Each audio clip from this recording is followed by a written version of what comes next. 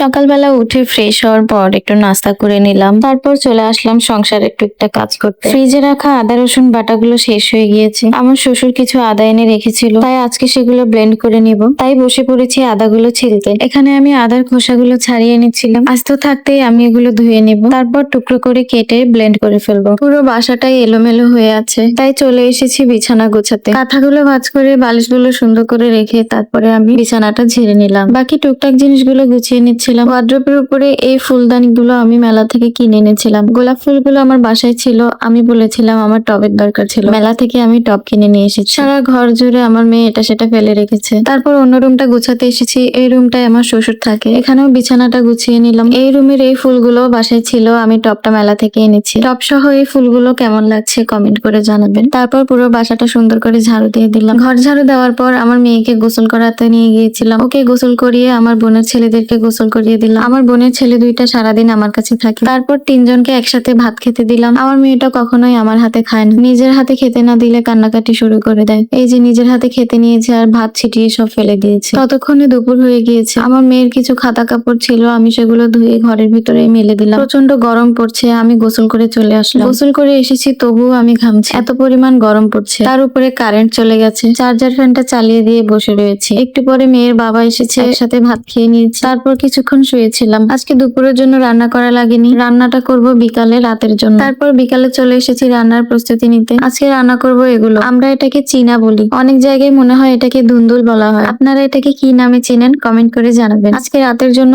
এই চীনাগুলো ভাজি করব আর তার সাথে লইট্টা মাছ রান্না করব। চুলায় আমি ভাত বসিয়ে দিয়েছি, অন্য চুলায় আমার জন্য 1 কাপ চা বসিয়েছি। আমার মেয়ের জন্য মালটা কেটেছি, কিন্তু ও কেন জানি খাচ্ছে না। সন্ধ্যার পর থেকে আমার মেয়েটা খিটখিটে হয়ে গিয়েছে, আর কিছুক্ষণ পরেই ওর গায়ে অনেক জ্বর এসে গিয়েছে। চা বানিয়ে নিয়ে বসে পড়লাম। প্রচন্ড গরমে ঘামছি, তবুও চা খেতে হবে। গরমকাল শীতকাল সবসময় আমার জন্য চা ঠিক আছে। এই নিয়ে আমার জামাই আমাকে নিয়ে অনেক হাসাহাসি করে। ও বলে এই গরমে মানুষ চা কিভাবে খায়। আমার মতো চা খোরার কারা আছেন সারা দিয়ে যাবেন। এরপর চলে এসেছি রান্না করতে। এক চুলায় ভাজিটা বসিয়ে দিয়েছি, আরেক চুলায় লইট্টা মাছটা রান্না করব। মাছটা আমি কেটে ভালোভাবে ধুয়ে নিয়েছি। ততক্ষণে আমার মেয়ের গায়ে প্রচন্ড জ্বর এসেছে, ওকে কোলে নিয়েই কোনো মতে রান্নাটা শেষ করলাম। রসুন আর আজকে ছিলতে পারিনি। আদা যেগুলো কেটে রেখেছিলাম সেগুলো আমি আপাতত নর্মাল ফ্রিজে রেখে দিয়েছি। মেয়ে অসুস্থ হলে আমার কোনো কাজই আগায় না, বাকি কাজগুলো কালকের জন্য রয়ে গেল। রাত থেকে সকাল পর্যন্ত মেয়েটার জ্বর একটুও কমেনি, 103 ডিগ্রি জ্বর উঠেছে। খাওয়া দাওয়া একেবারেই বন্ধ, আমার কোল থেকে তো নামতেই চাইছে না। আর কোনো কাজ তো করাই হয়নি। অন্যদিকে আদা যেগুলো ছিলে রেখেছিলাম সেগুলোও নষ্ট হয়ে যাবে, তাই সেগুলো ব্লেন্ড করতে নিয়েছিলাম, কিন্তু মেয়ে কান্নাকাটি শুরু করেছে। পরে মেয়ের বাবা বসেছে আদাগুলো ব্লেন্ড করে দিতে। মেয়েটার এমন জ্বর দেখে সে আর অফিসে যেতে পারেনি। জ্বর হওয়ায় মেয়ে তো কোল থেকেই নামছে না। কিছুক্ষণ ওর বাবা কোলে নিচ্ছে, কিছুক্ষণ আমি নিচ্ছি। দুপুরের জন্য কোনো রকমে 1 পদ তরকারি রান্না করে নিয়েছি। মেয়ের অসুখ হলে আমার একটুও ভালো লাগে না। বাচ্চা সারাদিন ঘরে ছোটাছুটি করবে, এটাই তো ভালো লাগে। অসুস্থ হলে একদম চুপচাপ হয়ে যায়। বিকেলবেলা মেয়ের বাবা মেয়েকে নিয়ে একটু বাইরে হাঁটতে গিয়েছে। আমি সেই ফাঁকে রাতের জন্য রান্নাটা করে নিব। তার জন্য শাক কাটতে বসে গেছি। রাতের জন্য পুঁই শাক রান্না করব। পুঁই শাক আপনারা কে কিভাবে রান্না করেন? অনেকে এটা ভাজি করে খায়। কচুর ছড়া দিয়ে পুঁই শাক রান্না করে খেয়েছেন কখনো? ঝিনাইদহের দিকে পুঁই শাক কচুর ছড়া দিয়ে রান্না করে খায়, কিন্তু ভোলার মানুষের কাছে এটা আবার অদ্ভুত শোনায়। আমার শ্বশুর বাড়িতে এসে দেখেছি আমার শাশুড়ি এটা মাছ দিয়ে রান্না করে। আজকে তো আমি রুই মাছ দিয়ে রান্না করব। চিংড়ি মাছ দিয়ে রান্না করলেও ভালো লাগে, কিন্তু আমার শ্বশুর আবার চিংড়ি মাছ খায় না, যার কারণে আমি রুই মাছ দিয়ে রান্না করব। পুঁই শাকগুলো কেটে আমি ভালোভাবে পরিষ্কার করে ধুয়ে নিয়েছি। তার সাথে দেব আলু। 2টা আলু আমি ছোট করে ফালি করে নিয়েছি। রান্নাটা বসিয়ে দিয়েছি। সব মশলাপাতি দিয়ে আমি মাছ 2 পিস দিয়ে দিয়েছি। মাছটা কিন্তু কেটে নিতে হয়, আমি সময় পাইনি তাই আস্ত বসিয়ে দিয়েছি। আমি এটা খুন্তি দিয়ে ভেঙে চুরে নিব। মাছটা সিদ্ধ হয়ে গেলে এটা ভেঙে নিব। তারপর সামান্য একটু পানি দিয়ে আলুগুলো দিয়ে দিব। আলুটা কিছুক্ষণ কষানো হলে পুঁই শাকগুলো দিয়ে দিব। শাক থেকে যে পানিটা বের হবে সেটা দিয়ে ভালোভাবে কষিয়ে নেব। কষানো শেষে ঝোলের জন্য একটু পানি দিয়ে দিব। তারপর চুলার আঁচ কমিয়ে দিয়ে ঢাকনা দিয়ে রান্না করেছি, কারণ পুঁই শাকের ডাঁটাগুলো এখনো শক্ত। সব থেকে ভালো হয় যদি ডাঁটা আর আলুগুলো আগে থেকে কষিয়ে নেওয়া হয়। আমি আজকে তাড়াহুড়ো করতে গিয়ে ডাঁটাগুলো আর আলাদা করিনি, তাই একসাথেই বসিয়ে দিয়েছি। ঝোলটা বেশি থাকবে না,